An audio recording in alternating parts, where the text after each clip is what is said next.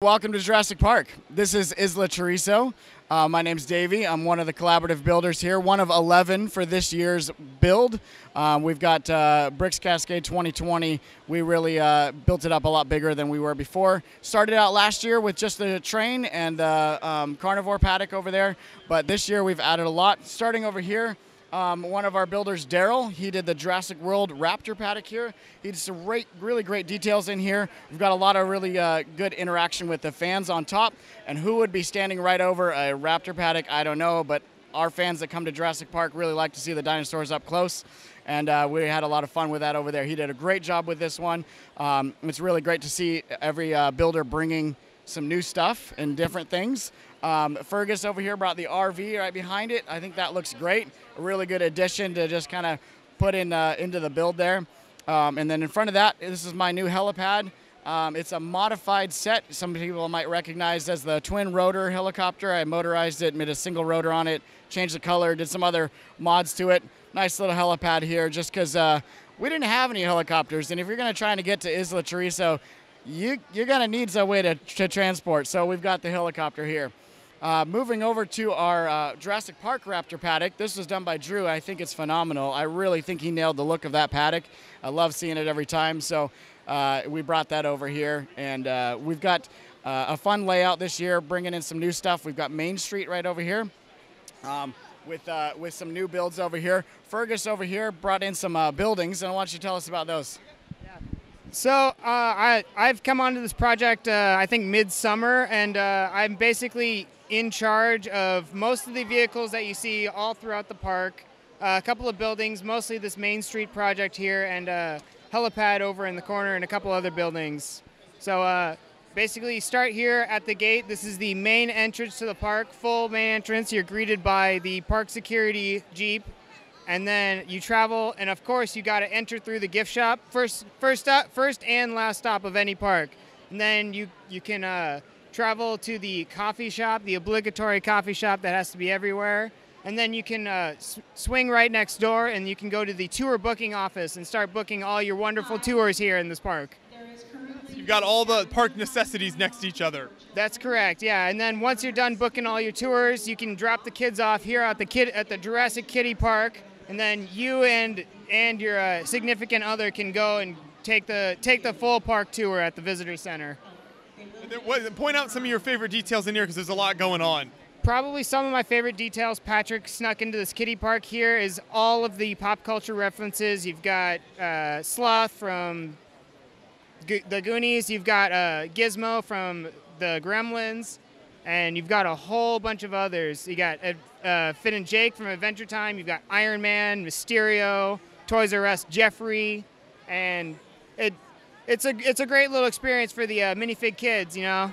I particularly love this this minifig here with the face of like one of the old pirates with the eye patch. Yeah, you know, I don't really know the whole story on him, but I would have to assume that it was dress up day, and he's Princess Pirate as dress up day here in the park, you know. There you go. So then what do we move into next year? And then, of course, you move into the visitor center built by our member James. That's where you board the train to take all throughout the park here. You will first travel past the carnivore enclosure, thank you. And then you go past and you travel through more of the herbivore area. You end up at the secondary visitor center on this side of the island and the Site B cargo terminal, led up with our InGen Chinook helicopter by myself, as well as a transport truck. You take the train to, obviously, Ice Age area. We'll explore that later. Come back through this side of the park. There, you can travel through the bubble hamster ball ride, right past the T-Rex having a nice little snack there on the Ford Explorer, and then you'll end up back at the visitor center where your tour will end. One of the changes this year, we added in a longer track, which was able to give us more tram cars. So on here we added a few more tram cars. Now it was full of people. I don't know where they went. I'm thinking it just turned into a moving buffet. I think you would just call it Meals on Wheels.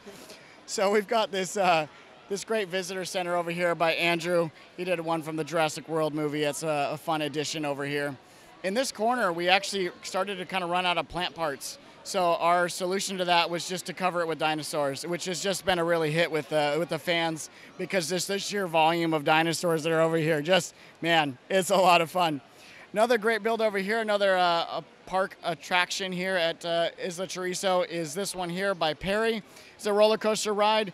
We've got, what's fun is kind of an ice age thing. So we got the mammoth here, and we've got dinosaurs inside the ice down at the bottom. He's got a great little roller coaster running in here that's actually colored to the same as Jurassic Tourist train, which is pretty fun.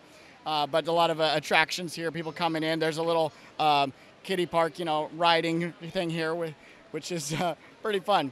In front of that, we've got this open air dining car. So this is how we'll feed some of the dinosaurs. We'll bring that around, and that car kind of doesn't make it after that, but it's a pretty fun way to go. We've got these great observation towers. There's one over here and one in the middle of the park there. Daryl built those ones. We were talking about trying to get some more elevation in the park, and he said, well, let's build an observation tower. He's got these great little towers here. Now this one is surrounded by raptors right now. I wouldn't recommend going up there because you're not coming back down. Fergus did this great little motor pool in the back, so they're working on some of the Jeeps over there. Got a place to do some maintenance on them. And then up here, the brickdesigners.com did a great job designing a Humvee and their park tours vehicle. And so we threw a couple of those ones in there because what a great design. It fits right in with the world, and we really love them. So shout out to those guys for making a great design. And then Brett here decided, we've got the helicopters, but we need the actual helicopter that gets us to the park. And this is that one there. What a great design, a nice little helipad here. A good way to finish out how to get to the park. It's been a really fun build. It's great to see new builders coming in and building with us. We love seeing people that are excited about Jurassic Park just as much as we are, and building stuff that's right on theme, right exactly what you would see. So it's great to see how Isla Chorizo just keeps getting bigger, and we just can't wait for next year. It's gonna be really fun. It'll be exciting. So one thing that really makes this whole layout pop is like the trees and the grass and everything. So how does that work when you're setting up? Because each person kind of has their build they bring, but then that's kind of spread throughout the whole display. Yeah, absolutely. So we actually have, each builder will have their own style of tree, and so they'll just bring a bucket of trees. So when we set up, park security over here, JJ, he runs our city planning as well, and he's in charge of making the layout for each show, and the layout has a lot of just green space between it. So when everyone brings their build, we put it down, we fill in the rest of it with blank green base plates. And then from there, we go through and add in the dinosaurs, the plants, the trees, the vehicles on top of that. And so it takes forever, but it really adds to it. And a big shout out to Bob.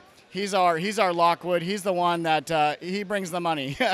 He brings all the dinosaurs. That's the one rule for building for Jurassic Park is don't bring a dinosaur, because every single dinosaur you see here belongs to Bob. Wow. So we love it that Bob brings all his dinosaurs out and lets us build with them. And then each builder brings, like I said, their trees, and we place those down. And then all the foliage you see on the bottom, there's two different styles we have, and we know which builder those are from. So we just bring buckets of it and spend hours clicking it all together. But with this being a once-a-year event, it's really fun to get together with everybody, talk about what's next, what we're doing, while we're just clicking plants down. It takes, like I said, forever. But the whole display turned out great, so great job. And I want to make sure we get a close-up of JJ's badge over here. You mentioned his role earlier. Yeah. So what do you have here, JJ? I am playing as security today. Later on, I might be IT. So it's kind of about all we've added so far for that. Nothing new else otherwise. So various roles as you keep the park going. Yes, I do. And honestly, we just do blue brick. So it's what all the train guys use. Nothing new. So it's just more of trying to figure out where everything's cohesive, and it looks really good from everybody to look at from outside the stanchions. But I think the banners that we've added this year and the graphics, it really makes it pop with all the photos. So the banners are a new thing as well, yeah. So that'll be kind of an addition in future displays as well to kind of have that in the background. Yeah, I think the plan is to do something bigger and have it wrap a little bit better, make it more cohesive where we move stuff around. So we'll keep going from here. So the other prop that we've got now is Kai, one of our younger members, actually has access to a makerspace. So he has found the files online to get a 3D printed version of the smuggle can that Nedry does from the first episode. And if you look somewhere on the helicopter pad over there, I'm actually in my sig fig running off with a bottle right now of the same thing. So yeah, Perfect. And a little extra thing to add to the display. Yeah, no, it's great. The funniest part is we'll have the can just like literally sitting right there, and people come up and they go, "What's the Barbasol can about?" It's like, have you never seen this movie? It's almost 30 years old now. So it's little sight gags we had. And actually, this is Kai right here, and he's the one that found the makerspace and all that and printed all that stuff up. So very cool. Great job. Thank you. Yeah.